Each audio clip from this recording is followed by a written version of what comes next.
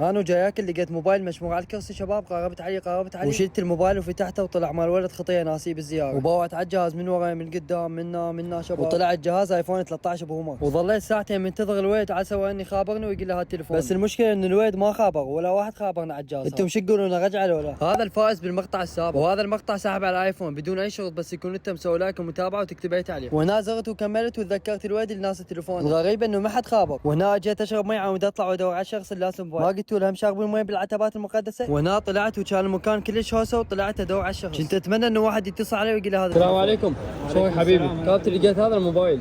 وين لقيته؟ لقيته هناك بالمطعم. ودي العتبه هناك، العتبه اللي قدام هناك اللي غاد؟ اي ممنون حبيبي. وهنا اجيت وديته للامانات، والغريب انه طلعوا يقبلون انه اي شخص يدخل موبايله طبيعي. وهنا يست وما حد دق علي وراجع للبيت، لان صارت الساعه بالاربع وانا تاخرت كلش. وهاي صوره الولد شباب، واللي يعرفه خليه يكتب لنا بالتعليق. على مود هذا الولد يتصل علي وارجع له تليفونه.